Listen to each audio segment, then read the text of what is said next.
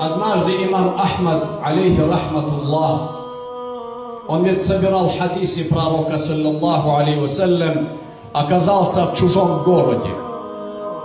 Ночь, он вошел в мечеть, нету гостей, нету друзей, нету знакомых. И он решил остаться в этой мечети. Сторож мечети после молитвы ночной подошел и сказал: «Ты что здесь делаешь? Выйди». Все ушли. Он говорит: «Мне некуда идти». Он говорит: «Я ничего не знаю, уйди с мечети».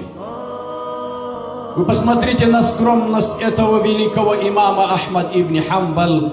Он не сказал ему, что я являюсь имамом Ахлус-Сунни валь-Джамаа Ахмад ибн Хамбал.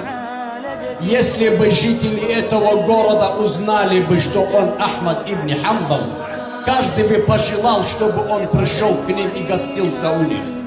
Но однако скромность этого великого имама не позволила ему сказать, что он является имамом Ахлус-Сунни валь-Джамаа. И сторож прогнал его, прогнал великого ученого, прогнал великого имама. Ла хаула ва ла куввата илля билля. Имам вышел и сел у порога.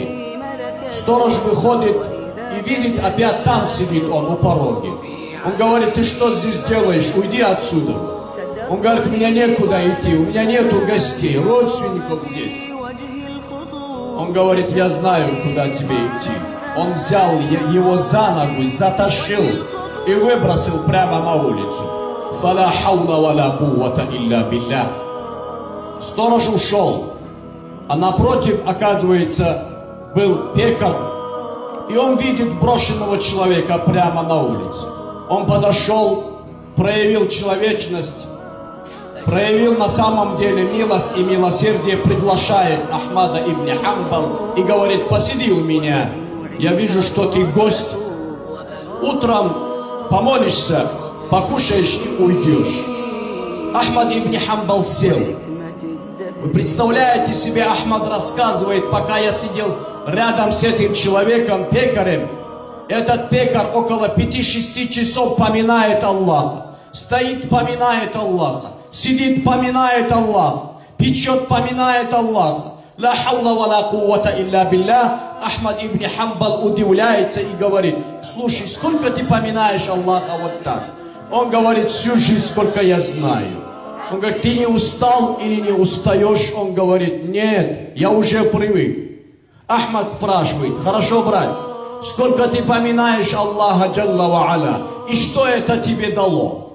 Он говорит: какой бы мольбой я не обратился к Аллаху, Аллах отвечал на все мои мольбы.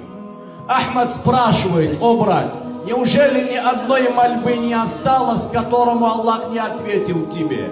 Он говорит: «Да, говорит, осталась одна мольба». Ахмад ибн Хамбал спрашивает и говорит: «Если не секрет, говорит, раскрой мне эту тайну. И что ты просил?» И еще Аллах этому ответ не давал. Что за мольба была? Он говорит: «Это не тайна, я скажу тебе. Я просил у Аллаха Джалла ва Аля однажды: о Аллах, не забирай мою душу, не забирай меня с этого света, пока этими глазами я не увидел великого имама Ахлус-Сунни валь-Джамаа Ахмад ибн Хамбал». Аллаху Акбар. Ахмад, радiyallahu анху, схватился за голову и сказал: «Аллах». Он говорит: «Что случилось?» Тот Аллах, говорит, который ответил на все твои мольбы, ответил, говорит, сегодня и на эту мольбу. И что заговорить? Как говорит этот пекарь?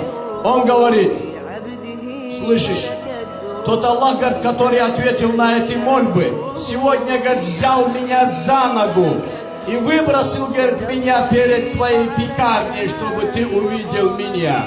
Это я, Ахмад ибн Хамбал». Аллаху Акбар. Вы посмотрите на скромность этого великого имама. Как не гордиться такими людьми. Фала хаула ва ла куввата илля билля.